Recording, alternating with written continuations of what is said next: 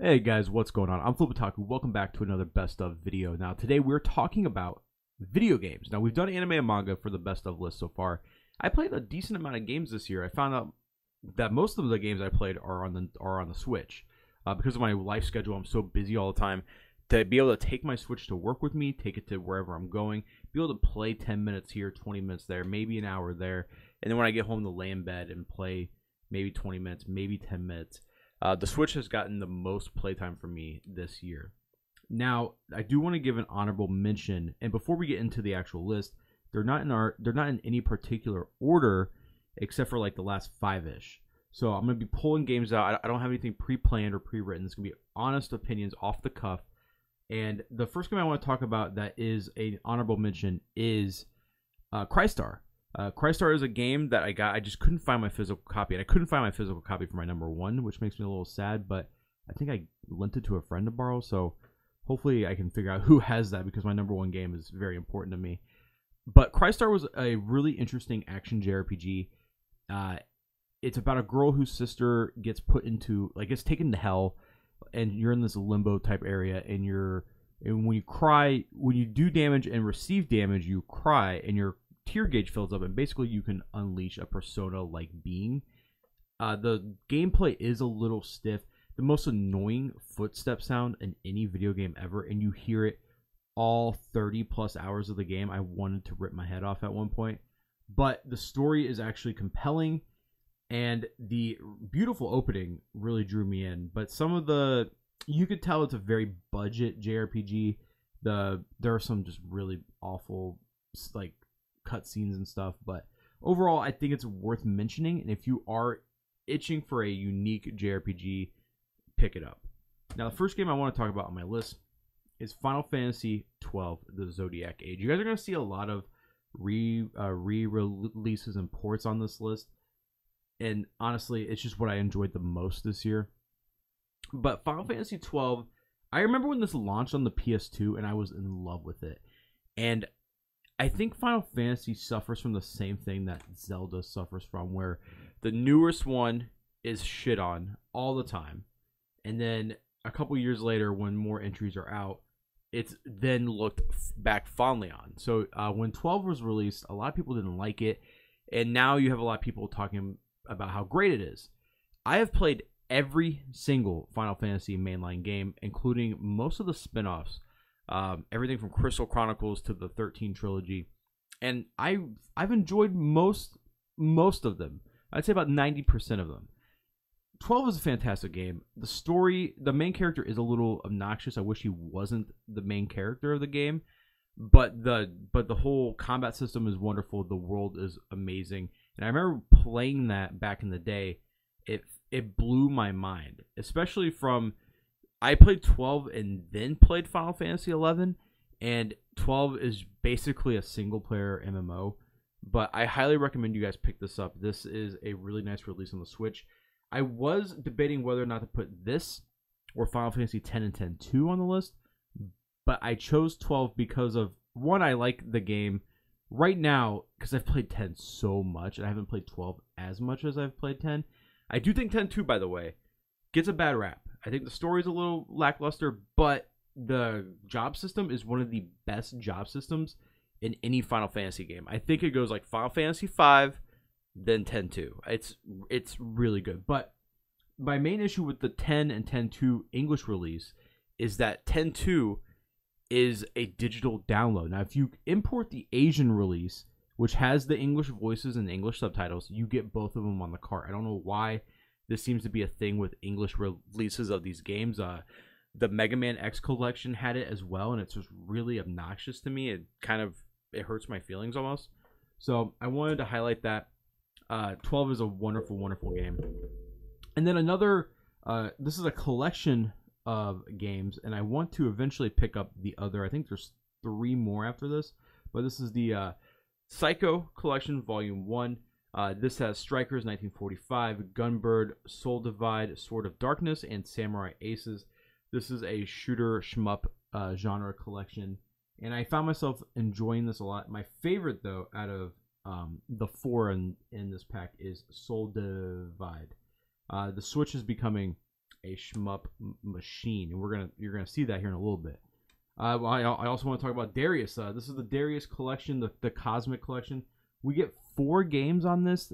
This is priced at like $65, 60, something dollars. There is a more expensive version, and I believe it includes 3 or 4 more games, like a significant amount more games, but it's like a significant amount more money, and you get a bunch of other crap with it as well. I was completely okay with just having 4 Darius games. You get Darius, Darius 2, Sagia, and Darius Gaiden. So, and there's a new Darius coming out, I believe, right? I think it was kickstarted. So I'm a big fan of the series, and I'm a big fan of how these games play, and I love the creature designs, and some of my fondest memories are playing these as a kid. Now, a game that I'm super into, it's right up my alley. It's right up. This is a flip otaku game, and that's Super Robot Wars T. Now, Super Robot Wars V recently came out, and I'm actually going to be sending this to Professor Who. I just haven't got around to it, man. Sorry, buddy. But this, so for those of you who don't know, Super Robot Wars is like take a bunch of mecha IPs and just throw them together, get a decent enough story, and fun tactical combat. It plays very similarly to the Disgaea games, but those games have a lot more systems added onto it. This is a little bit more streamlined and a little bit more narrowed focus in its combat systems, which is fine. But as a fan, it's so damn cool to see Mazinger, to see Gundam, to see right here featured works. Listen to this: Aura Battler Dumbine, Mobile Suit Gundam Double Zeta, Char's Counters Attack, Crossbone Gundam is in there, Armor Trooper Votoms, Cowboy Bebop, King of the Braves Gal Gaigar, Martian Successor Nadesco, Mazinger Z Infinity, Getter Robo Armageddon, Gunsword, Magical Knight Rayearth, The Brave Express, Might Gain, like just so many.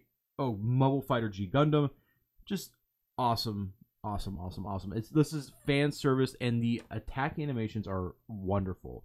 So I would highly recommend you guys check that out because it's pretty damn good. Now, Astral Chain. Now, this is done by Platinum Games, and I'm a huge fan of Platinum. Even the Legend of Korra game, which gets crapped on a lot, I actually found pretty enjoyable overall. The combat, at least. This had some of the coolest combat in any game I've played recently. You control 2 characters at once. You are a cop, and you have this creature that's connected to a chain, astral chain. And with that chain, you can lasso up enemies, tie them down. If they're charging at you, you can shoot that spirit thing out, trip them, throw them back. It's actually a lot more deep than it sounds. But going into it, it does take a second to wrap your mind around controlling 2 characters, but it's really simple once you get your mind around it. And I had a blast. The only downside is that some of the more detective-y parts, like when you're trying to solve crimes or cases, they do drag on a little bit too much for my taste. But overall, I had a blast with Astral Chain. And Platinum has just been, seriously, like just nailing every game that they put out, except for like what, TMNT, I believe. But yeah, I'm really glad to see this on the Switch. And then another game I'm really glad to see on the Switch, and I picked it up because they did say this is a very limited release. And as of the time of this recording, this is still readily available, so I just don't know if it's a niche title. It's a niche title in a niche genre. We're talking about Raiden 5. Now, Raiden 5 has had a pretty interesting release history. It released in Japan and here in America as an Xbox One exclusive. And for those of you who don't know, Raiden 5 is a shmup. And shmups are big in Japan. Not like big, but they're more popular there than they are here. The Xbox One is pretty much non-existent over there. So it's kind of weird that it got a very niche Japanese title of a beloved series on a console that just doesn't sell very well. So a couple years later, it got re-released on the PS4, I believe, last year, and I have that copy as well. And I really like this game. Now, shmup fans, some of them judge it. I actually like the unique stuff that it has. It tries to do a full story, and it says full narrated storyline. The story it's a shmup. You're not going into these games for the story. You're going in these for the score, for the challenging gameplay, and it has plenty of that in there as well. And this director's version, this little special edition, comes with a mini soundtrack and a art book, and that's a nice little touch. It was the same price as a normal game. So if you are looking for something a little bit more niche, a little bit more challenging, pick up Raiden 5. But also, if you're looking to collect for the Switch, I have a feeling this is going to be a collector's edition here in the future. And then we're going to be getting into, after this one, we have pretty much all top games. So we got 1, 2, 3, 4, 5, 6. So after this is my top 6. I want to highlight Code Vein. Now, this came out, and when this got announced, I was super hyped. I love anime. I love the Dark Souls. I love the Soulsborne genre. I really don't like that term very much, Souls-like. But I've played all the mainline Souls game, Demon Souls, all the way to Sekiro, which we're going to talk about in a little bit. And I've played every single spin-off, and Code Vein is one of the more enjoyable ones. Now, it does introduce a lot of its own ideas. You always have a companion with you, so it did feel a little easier because you did have this companion to like kind of tank and aggro for you. There is online multiplayer. The weapons are ridiculous. The moves are cool. There's an actual level up system, and there's like different classes, and there's a lot. Like, I mean, a lot of classes. Not all of them play differently enough to like warrant their own class, but it's cool that you can like combine spells. There's a lot of systems in this game, and at first it was a little bit to wrap your head around. I could definitely see if you've never played a Souls game, or if you've just, if you're not used to games with a lot of systems, going into this action game and you have all these systems at play, it's a little overwhelming. But overall, I had a blast with this. I did not finish this, but I do plan on finishing it here soon. My plan is to have my backlog finished by Final Fantasy VII Remake. So, yeah. Code Vein.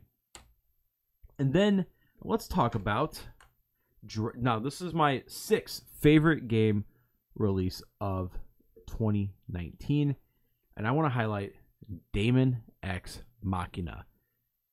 Holy shit, what a fucking treat of a game this is. I grew up a huge Armored Core fan. I remember getting Armored Core back on PS2, playing with my cousins. I love those games so much. They're very dear to my heart. And we haven't gotten a hardcore mech game like that in a very long time. So when they announced this, and it has some of the people who worked on Armored Core, I was very intrigued. And then I played the first demo, and I was pretty disappointed. It did not play very well. I had a lot of issues going into it. And I was getting ready to feel very left down. But, I dropped a game here. I was getting ready to feel very let down. And when the game finally came out, I was like, you know what? I'm going to go and get it. It's something I really want to play. I saw the reviews, a lot of 6s, a lot of 5s, a lot of 7s. And oh my God, guys, this is one of those things where don't always listen to reviews 100%. Because after playing this game, I was like, I wondered what Armored Core was getting. Like these games that are very beloved to me and mean a lot to me, what are these games getting score-wise? And Armored Core has never scored very well. I don't think your average, I don't want to make an excuse, but I don't feel like your average video game reviewer is going to be able to really truly review this. Now, there's a guy named Ollie Barter, I believe. He writes for Forbes. He is a huge mecha fan. I follow him on Twitter. I follow his website as well. He did a really good review on this, and this is some of the most fun I've had all year. The customization is insane. The bosses are these massive creatures. The fact it runs as good as it does in handheld mode on the Switch blows my mind. The art style is very, cartoony.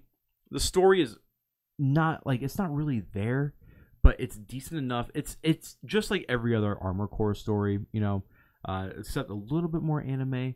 There's online co-op at launch, which I had a blast, and you just fight bosses over and over again, farm equipment to finally get the coolest stuff in the game. They've added a online multiplayer mode, which I suck at, so I don't play very much. But this is seriously, guys, one of the coolest releases, and I gotta give it to Marvelous, and I gotta give it to Nintendo for funding this, because I can't imagine this is going to do gangbusters. But there's almost everyone I've played with online is Japanese, and they are so polite.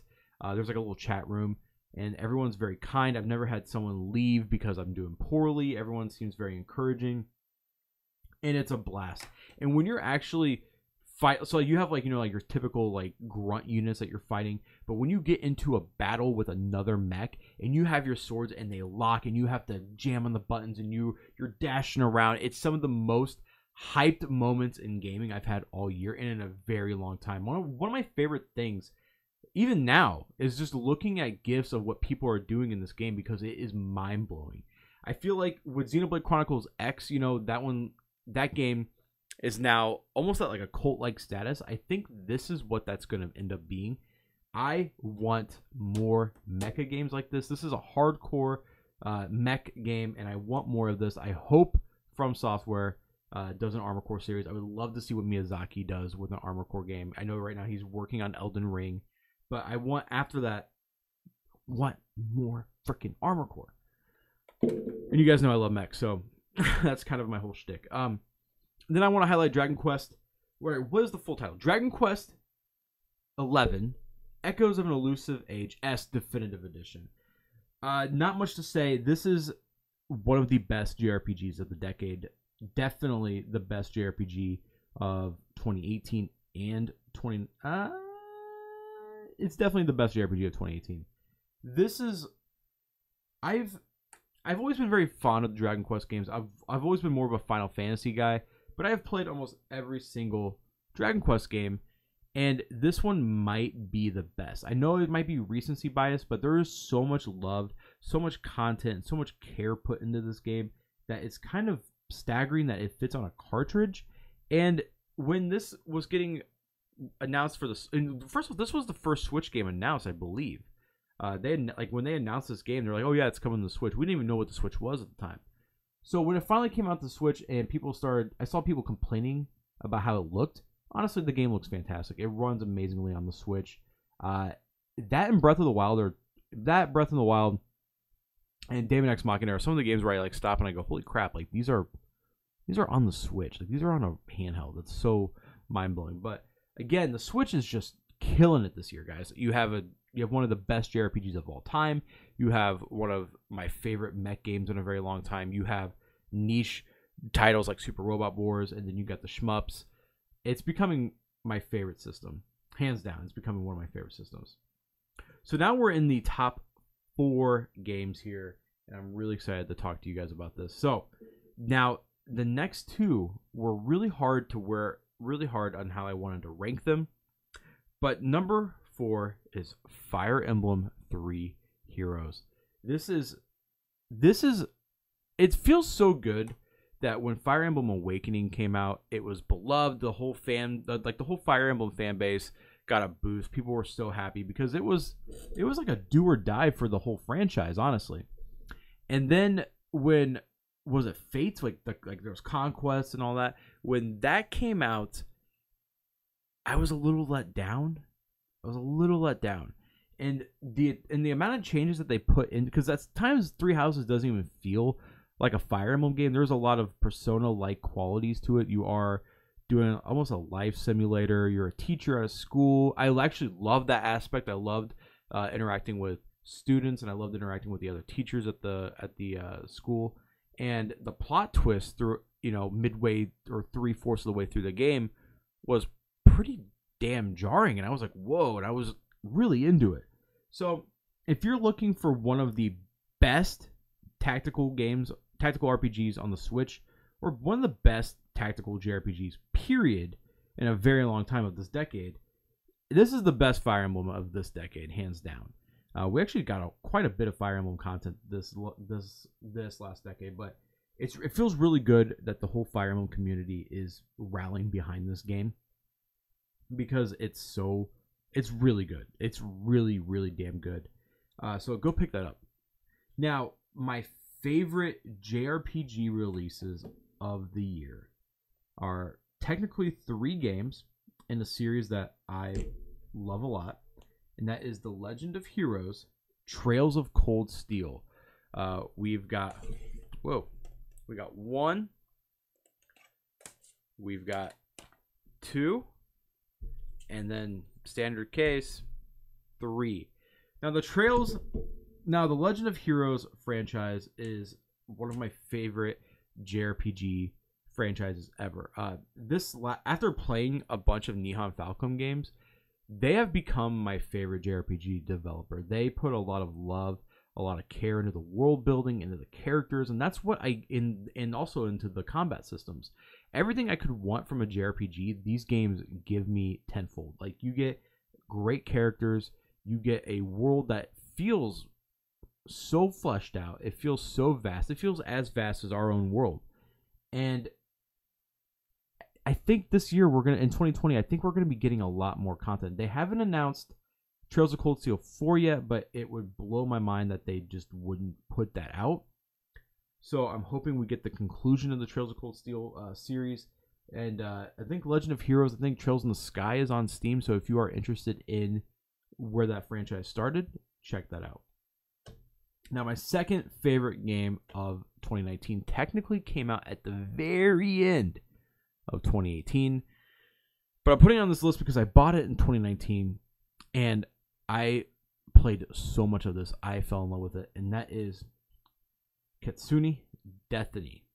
Now, this is a cave shmup. So, shmups, bullet hell games. And this is ported by M2 Shot Triggers. They are doing the Lord's work in bringing these old arcade games and bringing them to home consoles. So I believe this originally came out in like 98 in arcades, and this is technically emulated, and they've done such a great job emulating this game. This is the best possible, besides the arcade game, this is probably the best that you're going to be able to get. It's better than MAME and all that. Now, I will say there is a super easy mode, so if you are like, hey, I don't want to play a shmup game, but you still are interested, there's an easy mode. A lot of the old hardcore shmup fans were very much against that, but I like that. It's going to bring in more people into the genre, and it's going to bring more people into playing this game, and I think is one of the best games I have ever played in my life. And I really hope M2 Shot Triggers dives deeper into Cave's catalog in the future. They have teased a couple unannounced projects. A couple other games haven't had physical releases. They're behind the digital stores. But it's really nice to have Destiny on a physical format. One of the most system-rich, feature-full games of 2019. And now, number 1. My number 1 game of 2019, hands down, Sekiro Shadows Die Twice. From Software, for this last decade, has become my favorite game developer of all time. I grew up playing the Armored Core games. I grew up even playing some of their like lesser known JRPG games. Not JRPG games. Well, I mean technically JRPG games. Some of their lesser known games without ever realizing who the developer was. But it wasn't until Demon's Souls that I remember I got it and played it and was like, what the fuck is this? And wasn't into it. And then came back to it sometime later and fell in love with it. And I fell in love with the enemy design. I fell in love with how punishing it was. And then when Dark Souls came out, me and my cousin went to Walmart on launch, picked it up, and I think I played like probably 12 hours straight. And then Dark Souls 2, even though a lot of people don't like Dark Souls 2, I still think it's a great game. And Dark Souls 3, Bloodborne, From Software has just been, they haven't put out a bad game this year under, like the Souls games and Bloodborne. And when Sekiro got announced, it was the first time, I don't know why, it was the first time that I was like, I was like, whoa, I don't know how to feel about this. I don't think it's going to be good. They're talking, like, even before they showed footage, they were talking about there's going to be no multiplayer in there. And I was like, well, that's one of my favorite parts of these games, especially PvP. PvP and Bloodborne, man, I played hours and hours of PvP and Bloodborne. So they're talking about removing things that I think are core features to this style of game. And they're like, well, we're going to switch with the formula. We don't want it to be a Dark Souls or a Soulsborne-like game. And it's very much in that genre. It's very much in. I mean, they have some of the same animations of some of the enemies are in this game. But this might be tied with Bloodborne for my favorite game of the decade. Like, I fell in love with this game. So it's as a Souls veteran, I found this game to be extremely challenging at first.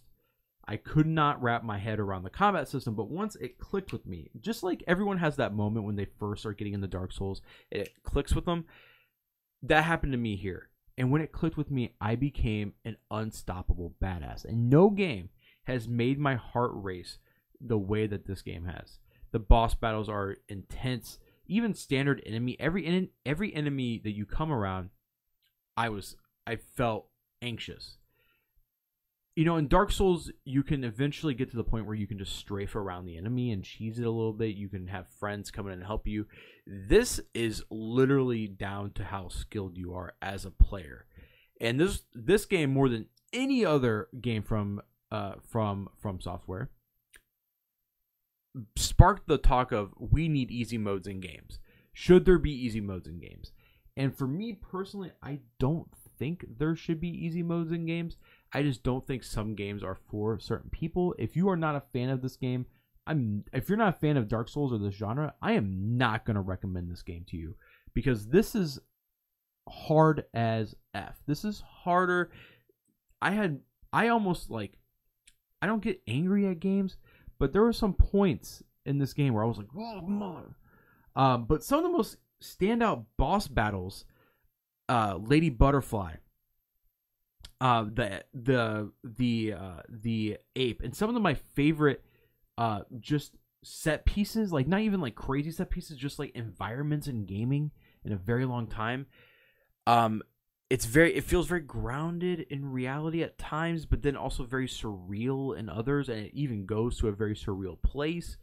There's, just like Bloodborne and Dark Souls, there's so many secrets hidden without everywhere, like little random side quests that, can change the game. I tore this game up and down. I've played it 3 times to completion. I love this game. This is hands down one of the best games I've ever played in my entire life. And we live in a culture where we binge a lot of stuff. We binge a lot of games, we binge a lot of anime, manga, we binge a lot of content. This game came out in March of 2019, and I still think about it almost daily. There are things that are in this game that are going to stay with me forever, moments where I'm going to look back and be like, wow, like, I remember that. And I haven't felt that way since probably Bloodborne, honestly. I mean, all the other games I've mentioned here on this list, I've enjoyed and loved and had a great time playing. But Sekiro felt special. Dark Souls, Miyazaki has been very open that Dark Souls is very inspired by Berserk. And I'm a huge Berserk fan. He said, he was looking at Blade of the Immortal and stuff like that, Basilisk. And I love it. Seriously. And also, this shows, because this had a more narrow story, like a very narrow-minded plot. A lot of those other Souls games, you're piecing together plot pieces. This is very narrow, which shows to me that Miyazaki can write a really good plot. I actually enjoyed the characters. I enjoyed the relationships with all the characters, and I love how at the end of the game, there's like. So I think there's like 4 different bosses that are unique to like 4 different endings. Like it's very, very, very deep. I love this game very much, and I just thank you From Software so much. Like, seriously, this is one of the best games I've ever played in my entire life, and I'm so excited for Elden Ring in 2020. But guys, this is my list. I'm Flip Otaku. Let me know what you guys played this year down below. Let me know if I'm missing anything that should be noteworthy. I didn't play Luigi's Mansion 3. I want to play that. I didn't play Death Stranding. I played a lot of Call of Duty, but I didn't feel like it was... I like these games a lot more than that game. So, let me know what you guys think in the comments down below. And for the next video, first impressions for St. Youngman, I'll see you guys soon. Happy New Year.